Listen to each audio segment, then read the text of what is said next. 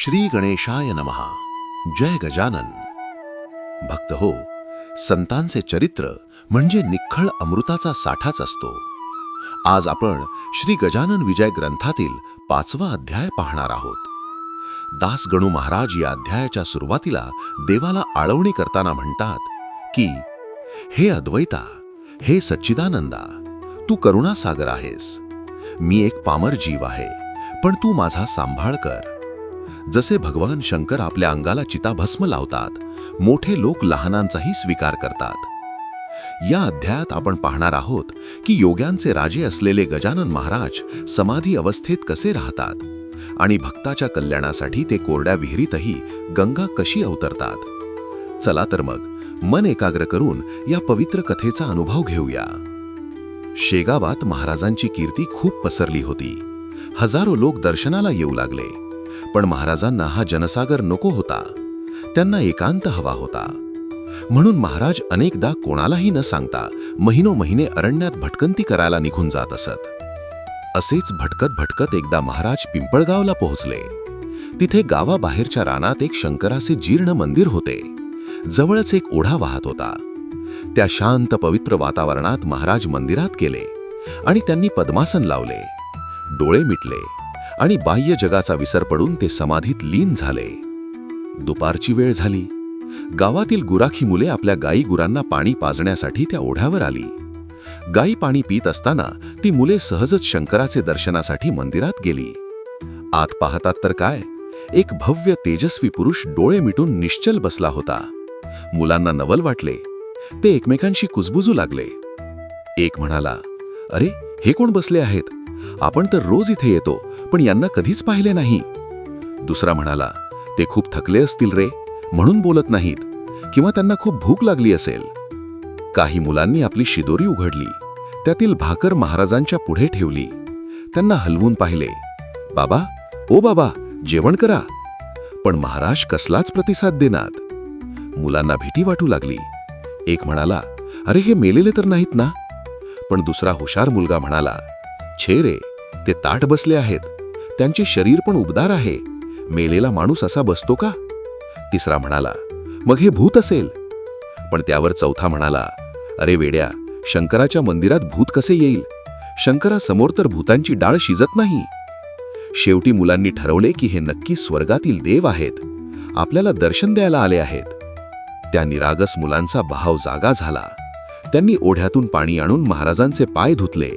रानफुले तोडून आणून महाराजांच्या डोक्यावर वाहिली. कांदा भाकरीचा नैवेद्य दाखवला आणि तिथेच बसून ते टाळ्या वाजवून भजन गाऊ लागले. भजनात मुले इतकी दंग झाली की संध्याकाळ कधी झाली हे त्यांना कळलेच नाही. अंधार पडल्यावर त्यांना घराची आठवण झाली. अरे बापरे, उशीर झाला, आता घरी मार मिळेल, असे म्हणत ती मुले गायींना घेऊन धावत घरी गेली. मुलांनी गावात जाऊन ही हकीकत सांगितली. दुसऱ्या दिवशी सकाळीच गावकरी मंदिरात धावले. पाहतात तर काय, महाराज त्याच आसनात त्याच स्थितीत बसून होते. आदल्या दिवशीची भाकर तशीच पडलेली होती. गावकऱ्यांना खात्री पटली की हे कोणीतरी महान सिद्ध योगी आहेत. काही जण म्हणाले, कदाचित साक्षात शंकरच लिंगातून बाहेर येऊन बसले आहेत. गावकऱ्यांनी ठरवले की महाराजांच्या समाधीचा भंग करायचा नाही. त्यांनी एक पालखी सजवली. महाराजांना अलगद उचलून पालखीत ठेवले आणि वाजत गाजत गुलालाची उधळण करत पिंपळ गावात आणले. त्यांना मारुती रायाच्या मंदिरात एका चौरंगावर बसवले. पण महाराज काही जागे होईनात. एक दिवस गेला, रात्र गेली. शेवटी गावकऱ्यांचे हृदय भरून आले. त्यांनी संकल्प केला, जोपर्यंत हे स्वामी डोळे उघडणार नाहीत तोपर्यंत आम्ही पाण्याचा थेंबही घेणार नाही. आम्ही उपवास करू. गावकऱ्यांची ही असीम भक्ती पाहून योग्यांचे हृदय पाघळले. महाराजांनी तत्काळ डोळे उघडले आणि समाधी संपवली. गावकऱ्यांनी आनंदाने जयघोष केला. गणगण गणात बोते. त्यांनी पेढे आणि जेवण दिले. पिंपळगावची ही बातमी वाऱ्यासारखी पसरली. काही गावकरी शेगावात बाजारासाठी गेले होते. त्यांनी ही गोष्ट सांगितली. हे ऐकताच शेगावचे भक्तश्रेष्ठ बंकटलाल अस्वस्थ झाले. त्यांनी तातडीने गाडी झुंपली आणि सहकुटुंब पिंपळगाव गाठले. मंदिरात महाराजांना पाहताच बंकटलाल धावत जाऊन पाया पडले. त्यांचे डोळे पाणावलेले होते. ते हात जोडून विनवणी करू लागले, महाराज, तुम्ही लवकर येतो म्हणाला होतात, पण 15 दिवस झाले तरी आला नाहीत. तुमच्या वाचून शेगाव अगदी सुनसुन झाला आहे. आई वाचून लेकराची जी अवस्था होते तशी आमची झाली आहे. आम्ही अन्न पाणी गोड वानत नाही आहोत. तुम्ही आला नाहीत तर मी इथेच जीव देईन, पण रिकाम्या हाताने परत जाणार नाही. बंकटलालचे हे प्रेम पाहून महाराज गाडीत बसले. पिंटाळगावच्या लोकांना वाटले की जसा अक्रूर कृष्णाला गोकुळातून मथुरेला घेऊन गेला होता, तसाच हा सावकार आमच्या देवाला घेऊन चालला आहे. परतीच्या वाटेवर महाराज बंकटलालना गमतीने म्हणाले, अरे सावकारा, दुसऱ्याची मालमत्ता अशी बळजबरीने नेणे तुला शोभते का? तुझ्या घरी यायला मला भीती वाटते. का माहिती आहे? कारण तू साक्षात लक्ष्मीला, जी जगाची आई आहे, तिला कुलूप लावून कोंडून ठेवले आहेस. जगदंबेची ही अवस्था पाहून मी पळून आलो होतो. यावर बंकटलाल हसले आणि म्हणाले, गुरुराया, ती लक्ष्मी माझ्या कुलपाला घाबरत नाही. ती केवळ तुमच्यामुळे माझ्या घरी थांबली आहे. जिथे बाळ तिथेच आई असणार ना. तुमचे चरण हेच माझे खरे धन आहे. बाकी दौलत मला नको. काही काळ शेगावात राहून महाराज पुन्हा कोणालाही न सांगता भटकंतीला निघाले. वाऱ्याच्या वेगाने ते आडगावला पोहोचले. तो वैशाख महिना होता. उन्हाळ्याचे दिवस होते. सूर्य आग ओगत होता. सगळीकडे पाण्याचे दुर्भिक्ष होते. अकोल्याच्या आसपास अशी स्थिती होती की तूप मिळेल पण पाणी मिळणे कठीण झाले होते. भर दुपारी घामाने निथळत कोरड्या ओठांनी महाराज पाण्याचा शोध घेत होते. तिथेच एक शेतात भास्कर पाटील नावाचा शेतकरी काम करत होता. शेतकरी हा जगाचा पोशिंदा. तो उन्हातान्हात कष्ट करत होता. त्याने स्वतःसाठी एका झाडाखाली पाण्याची घागर लपवून ठेवली होती. महाराज त्याच्याकडे गेले आणि म्हणाले, अरे बाबा, खूप तहान लागली आहे. थोडं पाणी देशील का? पाण्या वाचून प्राण तडफडत आहेत. तहानलेल्याला पाणी पाजणे हे मोठे पुण्य आहे रे. पण भास्करला दया आली नाही.